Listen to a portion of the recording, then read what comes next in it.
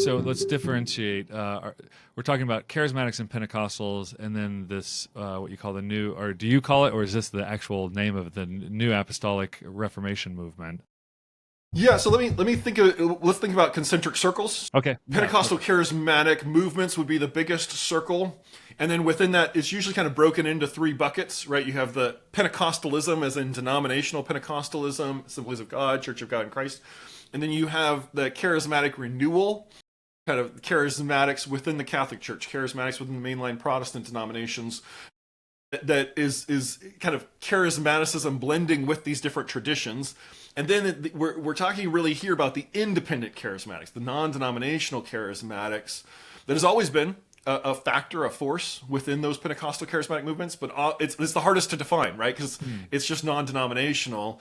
And within that, there's a set of leadership networks that called itself the New Apostolic Reformation from about the mid-1990s up through the early 2010s. But this is a fast-moving and fast-changing world, and as more and more negative connotations have attached to the phrase New Apostolic Reformation, as more and more people have kind of paid attention to it, even the leaders who were part of those networks have kind of walked away from that terminology. They haven't walked away from the beliefs, Right. They haven't walked away from the practices. They're still all in connection and relationship and network together, but they've tended to downplay the NAR terminology as such in order to pursue their own kind of autonomous goals.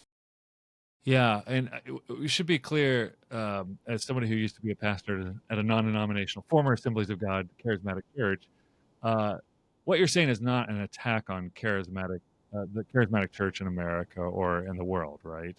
Not at all. No, I think that I have many friends and colleagues who are charismatic that I deeply respect.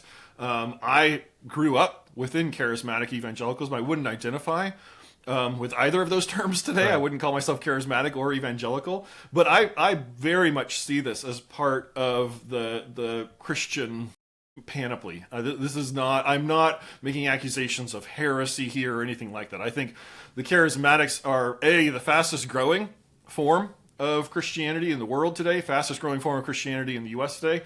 And there's a lot of dynamic and wonderful things happening in Pentecostal and charismatic movements today. I'm just very, very concerned about the politicization of charismatic spirituality around Trump. And I think the NAR has been at the forefront of that politicization. Yeah.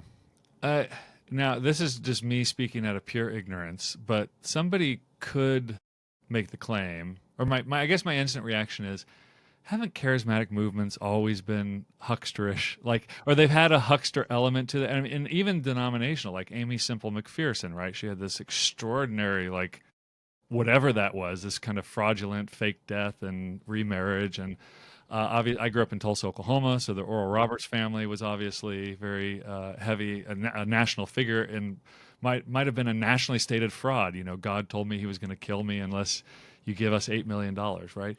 So is it just that's going on, or is there something more than these kind of like people pulling fast ones that happen to be within the charismatic tradition? I mean, this has always been the most loosey-goosey part of the American church, the most freewheeling, the most innovative in many ways. But I don't think that most of the people we're talking about are hucksters. I think that's the accusation that I hear a lot. These people are frauds. These people are insincere, and I'm sure that's a thing. I'm sure there are people, but I've interviewed a lot of the NAR leaders, people who know them. I have gone deep into their archives, and who they are in public is who they are in private. And the goals that they speak about in public, that's their correspondence to it with each other as well. So there's no hiding the ball, right? This is actually their beliefs. This is actually where they're going. And to me, I think that's actually very important to understand, because I think there's been this big miscalculation, again, coming out of this kind of highbrow versus lowbrow, populist versus elite kind of dynamic within evangelicalism. The way that the elites have often dismissed these folks is that they are lowbrow or they are hucksters. And the truth is, these people are actually very, very talented, very, very skilled, very, very good at what they do, intelligent, very capable, and that's why they have huge followings, right? But there's a sort of disdain that for popular Christianity that comes from elite Christianity. And that is part of the problem right now, is there's this kind of dismissal that goes on of like, oh, well, Paula White, she's a televangelist, she's a pretty lady, she's a prosperity gospel person, so we can't take her seriously. Right. She speaks in tongues, so we can't take her seriously, right? She is the closest advisor to the President of the United States, maybe the closest religious advisor to the President of the United States, Right. maybe the most influential religious advisor to any president in American history.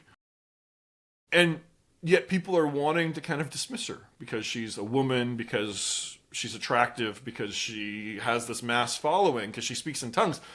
Clearly, she is something we should be taking seriously. We should understand what her agenda is. We should understand what her theology is, because she is in a position, she is a fulcrum in American Christianity right now.